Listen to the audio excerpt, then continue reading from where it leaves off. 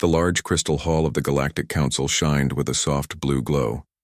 Hundreds of beings from different planets sat in curved rows that went up toward the ceiling. In the middle was a round stage where important people spoke. Ambassador William Carter walked to the middle of this stage. He was an older man with gray hair and deep lines on his face from years of hard work. His blue uniform had the Earth symbol on one side and the Human Alliance stars on the other. He stood tall as he looked around at all the alien faces watching him. Today marks the end of humanity's time with the Galactic Council, he said in a clear, strong voice that filled the huge room. The aliens started to whisper to each other. Some looked surprised. Others looked angry. A few seemed happy about the news. Carter waited for them to quiet down before he continued. For 200 years, humans have been part of this council. We have shared our ideas, our technology, and our help during hard times. But when we needed help, this council chose to watch and wait while our people died. Behind Carter stood 3 other humans.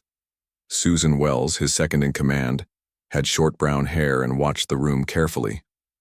Jack Peterson, the military advisor, stood stiff and serious in his uniform, and Mary Jones, the science officer, held a data pad tightly in her hands.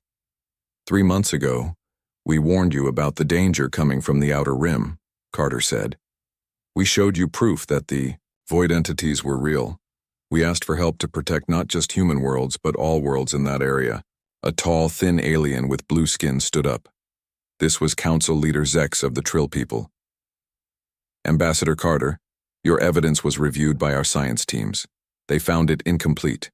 We could not act without complete certainty. Carter cut in. Yes, I know. And while your teams were studying and meeting and talking, the void entities attacked Proxima Colony. 10 million human lives were lost. The room went quiet. Even those who didn't like humans much couldn't ignore such a large loss of life. What makes this worse, Carter continued, his voice getting louder, is that 3 council ships were in orbit around Proxima when the attack happened. They watched, they recorded, they studied, but they did not help because of your non-interference rules. Many council members looked down, unable to meet Carter's eyes. Susan Wells stepped forward and spoke. We understand the council's need for rules and careful thinking, but humans cannot stand by when action is needed. It is not in our nature.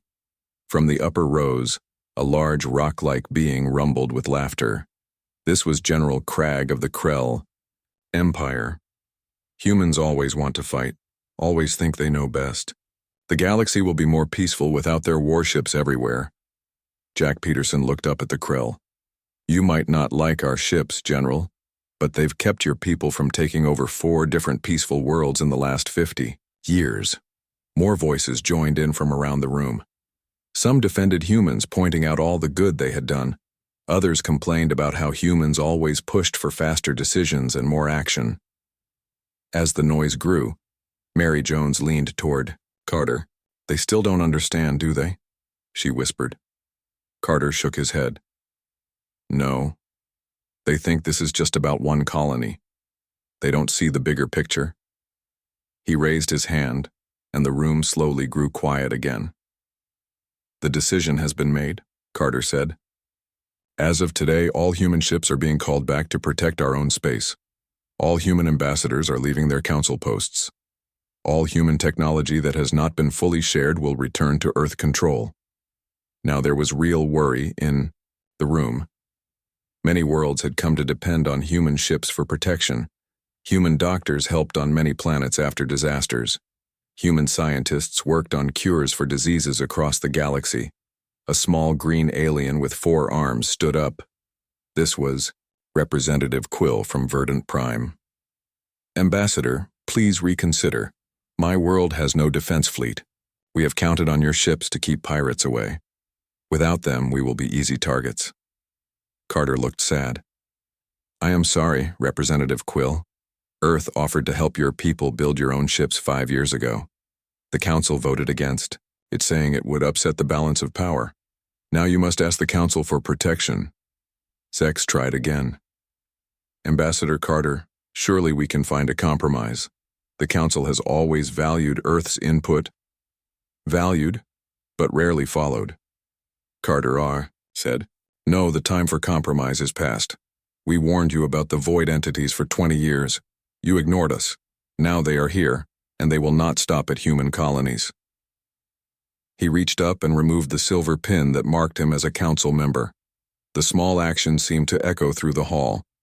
One by one, the other humans removed their pins too. Carter placed his pin on the center podium. "Humanity withdraws from the Galactic Council. We will defend ourselves and any who wish to ally with us directly. Good luck to you all. You will need it." The four humans turned and walked toward the exit. Many voices called after them. Some pleaded, some threatened, some just asked questions, but the humans did not look back. As they reached the doors, Ambassador Wells spoke quietly to Carter. "Do you think they'll understand before it's too late?" Carter looked at the chaos they were leaving behind. Council members were arguing with each other. Some were already forming small groups, making plans without the others. "I doubt it," he said, "but that's not our problem anymore." As they walked out, none of them could have known how quickly things would fall apart. Without humans to push for action and unity, old rivalries would soon tear the Council apart. And in the darkness at the edge of the galaxy, the void entities were already moving toward their next targets. The age of the Galactic Council was ending. What would come next, no one could say for sure. But it would start with chaos. 3 weeks passed after the humans left the Galactic Council. The effects of their departure were felt much sooner than anyone expected. Alan Brown sat in the control room of his ship, the Defender. Though he was no longer working for the Council, he kept his old communication channels open. Many aliens he had worked with for years still sent him messages. Some were angry, others were scared. A few just wanted to know if the humans would change their minds. His screen lit up with an incoming call. It was Linda Morgan. Though she looked like a normal human with her long red hair and green eyes, she was actually from the Vern people, a race that could change how they looked. She had chosen to look human years ago when she started working with Earth. Now she was one of the few non-humans still trying to keep things together at the Council. "Alan, things are getting bad," she said. Her face looked tired and worried. "The Krell have sent ships to 7 star systems that used to be protected by human patrols. They say those systems rightfully belong to them." Alan rubbed his eyes. "What about the Turfian colonies in those systems? There are millions of people living there. The Krell have given them 1 week to leave or become Krell subjects," Linda said. "The Council has sent messages asking them to stop, but without human ships backing us up." She didn't need to finish. They both knew that messages wouldn't stop the Krell. Only force would do that. And with human ships gone, there was no one strong enough to stand up to them. "I'll pass this on to Earth Command," Alan said. "But don't expect much. We're busy setting up defenses around our own worlds now." Meanwhile, on Earth, Frank Miller walked quickly down the long hallway to the meeting room. As Defense Secretary, he had been working almost non-stop since Earth left the Council. Every day brought new problems that needed solving. He pushed open the door to find President Karen Lewis already waiting with her advisors. The large screen on the wall showed a map of known space. Red dots covered the map, each one showing a problem spot where conflicts had broken out. "It's worse than we thought," Miller said as he sat down. "The merchant guilds have raised their prices for essential medicines by 300%. The Jolari have closed their borders completely, and now we have reports of the Krell moving into Turfian space." President Lewis studied the map with a frown. "We expected some problems, but not so many so quickly. It's like everyone was just waiting for us to leave so they could start causing trouble." Jack Peterson, who had returned from the Council with Ambassador Carter, spoke up. "That's exactly what happened. Many races feared humans because we acted quickly and stood up against bullies. Without us there, the bullies feel free to do whatever they want." A young woman entered the room and handed Miller a data pad. He read it quickly, his face growing more serious. 3 more worlds have sent requests for protection, he said. They want to form direct alliances with Earth outside of the Council framework. President Lewis nodded. We'll consider them all, but our resources are stretched thin already. We can't protect everyone. Peterson looked at the map again. The scary thing is what we're not seeing, he said. Our deep space monitors used to feed information to the Council about movements at the edge of known space. Now that connection is cut. No one is watching for signs of the void entities anymore. The room went quiet. The void entities were the reason humans had left the Council in the first place. Earth had warned about these strange beings that lived in the darkness between galaxies. No one knew what they really looked like or what they wanted. All anyone knew was that they destroyed everything they touched. Back in space, Alan Brown was about to make a jump to the next system when his sensors picked up a distress call. It was from a small trading ship, and it was coming from near the edge of Council space. He hesitated. His orders were clear: protect human interests only. The Council had refused to help humans when they needed it most. Why should he help others now? But as the distress call continued, he thought about what it meant to be human. Humans had always helped others in need. It was one of the things that made them different from many other races. Change course, he told his crew. Let's see what's going on. Hours later, Alan's ship arrived near a small planet that wasn't on most maps. The trading ship was there, but it wasn't alone. A dark shape hung in space nearby, something that didn't reflect light and seemed to bend the stars around it. "What is that?" asked one of his crew members. Alan felt cold fear run down his spine. "That's what we've been warning the Council about for 20 years. That's a void entity." The dark shape seemed to notice them. It started to move toward their ship. "Get us out of here," Alan ordered, "and send everything we're seeing back to Earth on emergency channels." As his ship jumped away to safety, Alan knew that this was just the beginning. Without humans watching the borders and sharing information, the void entities had started to move in, and the Council, divided and fighting amongst themselves, wouldn't see the danger until it was too late.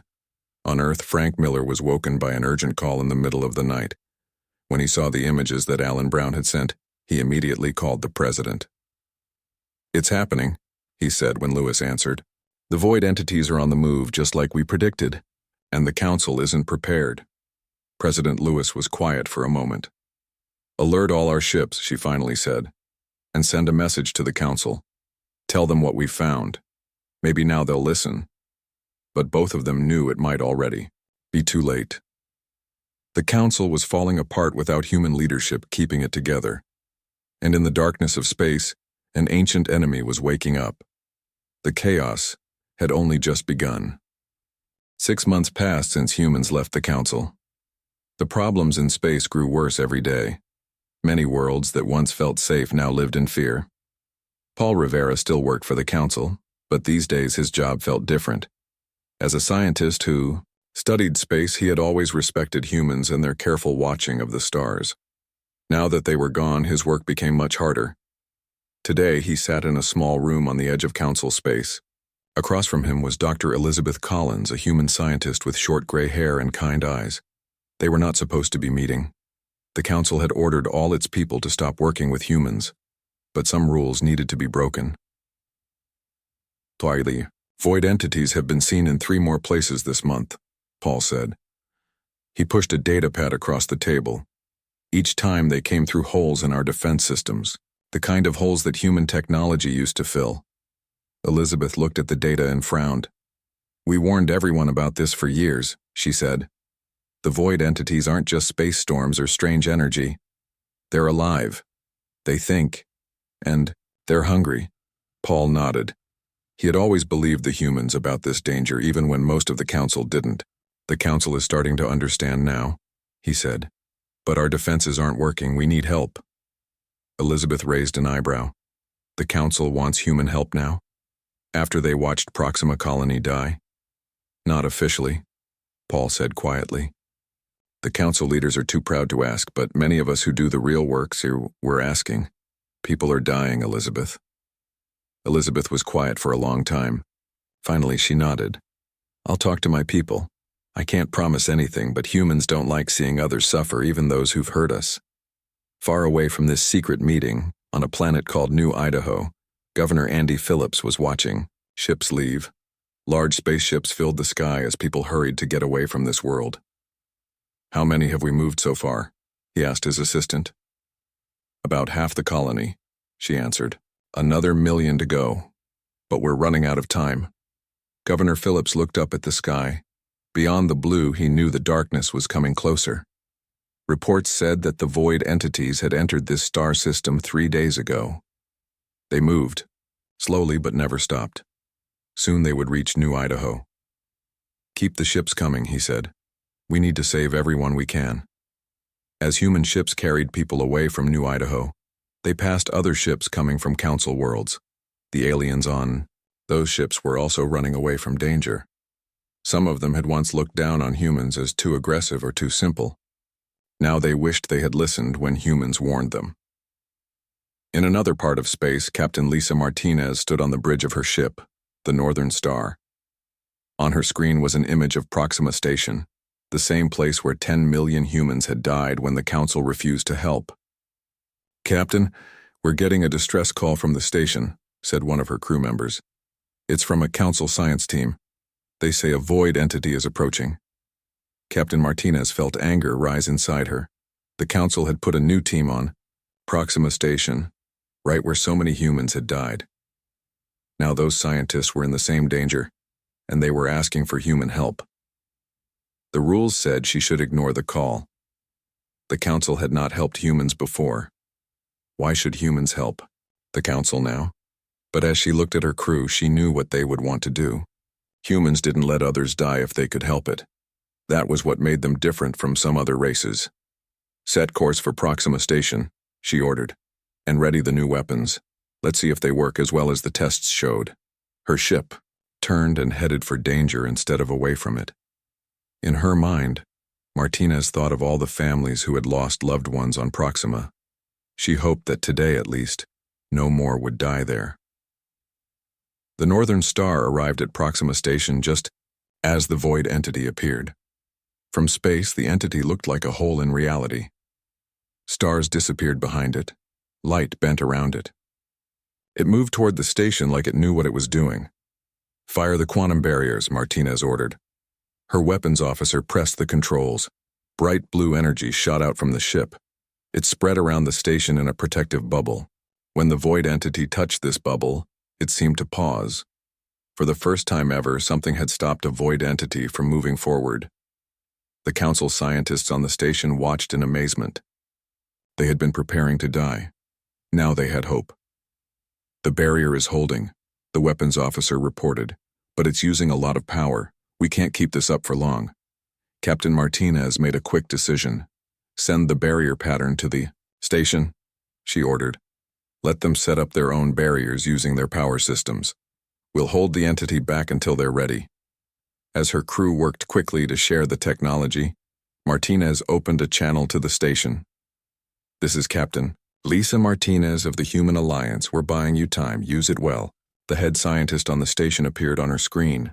His 3 eyes blinked in surprise. "You're helping us? After what happened here before?" Martinez looked straight at him. "We're humans. We help people in danger. That's what we do, even when others don't do the same for us." The scientist lowered all 3 of his eyes, a sign of deep respect in his culture. "We will not forget this," he said. Within an hour, the station had set up its own barriers using the human design. The Northern Star was able to pull back, its power nearly gone. As Martinez watched the station now defending itself, she sent a message back to Earth. "The new barriers work," she reported. "We can stop the void entities, and now the Council knows it too." What she didn't know was that her actions that day would change how many Council races saw humans. Sometimes it took seeing real courage to understand what made humans special. They didn't just talk about doing the right thing. They did it, even when it was hard, even when they had good reasons not to. The war against the void was just beginning. But for the first time, there was real hope. 1 year had passed since Earth left the Galactic Council. Things in space had changed in ways no one expected. Earth was now the center of a new group of worlds that worked together. They didn't have fancy meetings or long talks about rules. They just helped each other stay safe. Admiral Peter Wilson stood in a large room in Washington, D.C. on Earth. Around him were people and aliens from 27 different worlds.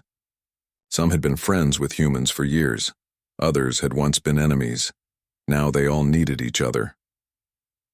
The void entities have been pushed back in 4 areas, Wilson said, pointing to a big map of space that floated in the middle of the room.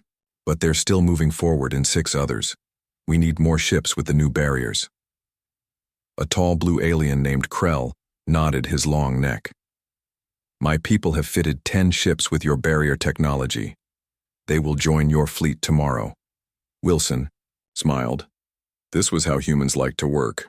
No long debates or votes, just action. The Council has asked again to join our meetings, said John Davis, who worked for the Earth government. They want to know how we're organizing our defenses. Wilson and the others in the room laughed. The Council that had once been so powerful now had to ask for information. Many worlds had left the Council to join with Earth instead. They wanted to be part of a group that actually did things instead of just talking about them. Tell them what? We always tell them, Wilson said. They can join us if they agree to our rules. No more watching and waiting while people die. No more endless meetings when action is needed. Far away from Earth, Commander Grace Turner looked out from her ship at the homeworld of the Jolari people.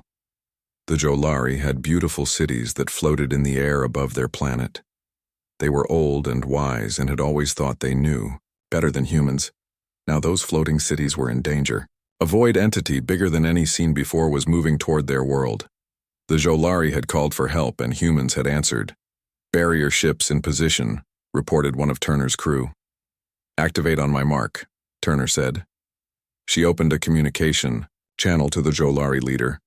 Hi Archon, my ships are ready. But the barrier will work better if your planetary shields are adjusted to match our frequency. The High Archon was very old. His skin was almost see-through, showing the light that moved inside all Jolari bodies. He had been one of the loudest voices against humans in the Council. You would share your technology with us? The Archon asked. Even after we spoke against you? Even after we voted to let Proxima Colony face the void alone? Turner nodded. That's the difference you never understood about humans. When we warned you about dangers, it wasn't because we wanted to control you. It was because we wanted to protect everyone. The Archon was quiet for a moment. Then he said, We have much to learn from humans, it seems. I am sending the shield adjustments now. As the void entity came closer, the human ships and the Jolari planet worked together. Their combined shields created a barrier that the entity could not pass. For hours it tried to break through, but it could not. Finally, the entity turned away, moving back into deep space. The crew on Turner's ship cheered. Another world was safe. Another battle was won. On Turner's ship was a council observer named Kate Rogers. She had been sent to watch how humans fought the void and report back to the council. She had seen many battles over the past months. You know what I don't understand? Kate said to Turner after the battle. Why didn't the council listen to humans years ago? All of this could have been prevented. Turner looked at her. The council was too comfortable. They had been in charge for too long. They forgot that sometimes you need to take risks and act quickly. That's what humans are good at. Kate nodded. She had been taking notes about everything she saw. The council had finally admitted that humans were right about the void entities. Now they wanted to understand how humans had known and why the council had failed so badly. But it was too late for the council to get back the power they once had. Too many worlds had seen that the human way of doing things worked better. They had joined the new group that humans led, a group that focused on action rather than talk. Back on Earth, President Karen Lewis met with Frank Miller and Ambassador William Carter. They looked at reports from all over space. The Krell have stopped attacking their neighbors, Miller said. They've even asked for our help with a void entity near their space. The merchant guilds have lowered their prices, Carter added. They say it's because working with us is better than working against us. President Lewis nodded. We didn't want to leave the council. We didn't want things to fall apart. But maybe this new system works better. Carter looked out the window, at the ships coming and going from Earth. There were more alien visitors now than ever before. "We're building something new here," he said. "Something that uses the best of what humans do well. Quick action, helping others, finding simple solutions to hard problems." Many council races had thought humans were too simple, too emotional, too quick to act. Now those same races were coming to Earth for help. They were learning that sometimes simple and direct was better than complex and careful. As news spread that another world had been saved from the void, more ships arrived at Earth. Some brought supplies for the fight. Others brought people who wanted to learn from humans. All of them brought hope. The universe was still in danger. The void entities were still out there, still trying to destroy all life. But for the first time, there was a real plan to stop them. And humans were leading the way. One alien visitor to Earth, watching all the activity, said to his friend, "It's strange. The council said the universe would be more peaceful without humans pushing their ways on everyone. But it's not peaceful at all. It's chaotic." His friend nodded. "Yes, but it's the right kind of chaos. The kind that creates new things, that finds new ways forward. That's what humans bring. And I think we need it." 2 years after humans left the Galactic Council, the galaxy looked very different. The old council still existed, but it was much smaller now. Many worlds had left to join with the humans instead. A new way of working together had been born. On the moon that circled Earth, a new building had been finished. It was made of stone and metal and glass, with rooms big enough for all types of aliens. This was where the new interstellar concordat met. Unlike the old council, this group focused on helping each other and acting quickly when danger came. Ambassador William Carter, now older but still strong, walked into the main room. It was his first time back as an official speaker since that day 2 years ago when he had left the council. Many of the same aliens who had been there that day were here now, but things had changed. Now they were part of the human-led group instead of the council. "Welcome, friends," Carter said to the room. 2 years ago, I stood before many of you and said Earth was leaving the council. That was a hard day. We didn't want to be right about the dangers we saw coming." The aliens in the room were quiet. They remembered how they had not believed the humans. They remembered how the void entities had attacked soon after, just as humans had warned. "We took no joy in watching the council fail," Carter continued. "But the void entities were always coming. The old ways of endless talk and careful rules were never going to work against them." In the back of the room sat several members of the old council. They had come to watch, to learn, and maybe to find a way for the two groups to work together again. Among them was Council Security Director Linda Morgan, who had been one of the few to believe humans from the start. "Today we signed the agreement that makes the Concordat official," Carter said. 53 worlds working together, not through endless debates, but through trust and action. As the signing began, Captain Henry Mitchell stood on a space station far above Earth. The station had a large curved wall made of special glass. On this wall were the names of all the worlds that had been lost to the void. Some were human colonies. Others were alien worlds that the Council had not been able to save. Billions of lives from all kinds of people were remembered here. "It's a hard thing to look at," said a voice behind him. Mitchell turned to see Ambassador Susan Wells, who had stood with Carter that day when they left the Council. She looked tired but proud. "Yes," Mitchell agreed. "Especially knowing some of these worlds might have been saved if we had stayed with the Council." Wells shook her head. "Or more might have been lost if we had stayed and continued to let the Council do nothing. We'll never know." They looked at the wall together for a while. Then Wells spoke again. "Some of the old Council leaders still think we left because of pride or anger. They don't understand that we left because it was the only way to make them see the danger." "Did we make a mistake?" Mitchell asked quietly. "No," she said firmly. "Sometimes you have to break something that isn't working to build something better. The new Concordat is already saving more lives than the Council ever did. People are working together now instead of just talking." As they spoke, ships flew past the space station. Vessels from 100 different worlds moved through the busy space lanes around Earth. Some carried supplies, some carried soldiers, Some carried families looking for new homes after losing their worlds to the void. Far out on the edge of known space, human ships worked with alien vessels to push back the void entities. The creatures were still dangerous, still hungry for life, but they were no longer winning. For the first time, they were being contained. A ship captain named John Grant watched as his vessel and 3 others from different worlds created a barrier that trapped a void entity. The dark shape twisted and turned, looking for a way out, but the barrier held. "Keep it steady," Grant told his crew. "Our alien friends are bringing in the new weapon." A sleek ship approached, built by a race that had once laughed at humans for being too simple. Now they had worked with humans to create a device that could not just stop the void entities, but actually push them back to where they came from. As the weapon fired, the void entity seemed to fold in on itself. Then it was gone, sent back to the darkness between galaxies where it belonged. The crews of all the ships cheered together. Another victory. Another step toward making the galaxy safe again.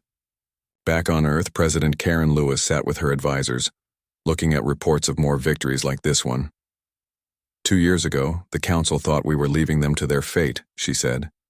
They didn't understand that humans could never do that, not really. We left because it was the only way to make them see what needed to be done. Frank Miller nodded.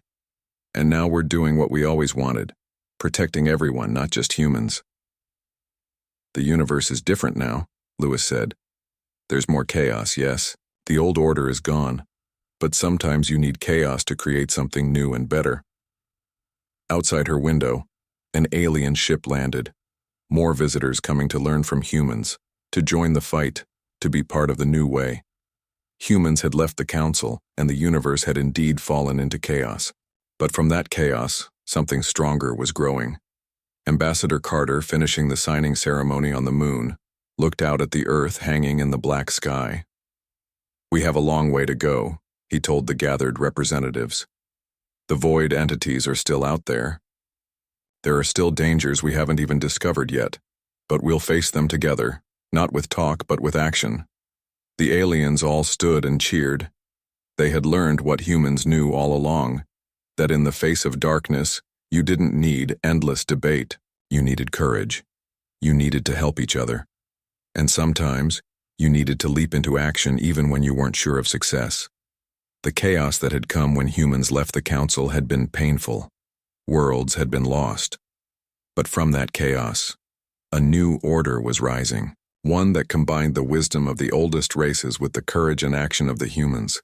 It wasn't perfect, it wasn't always peaceful, but it was working. And in the end, that was what mattered most.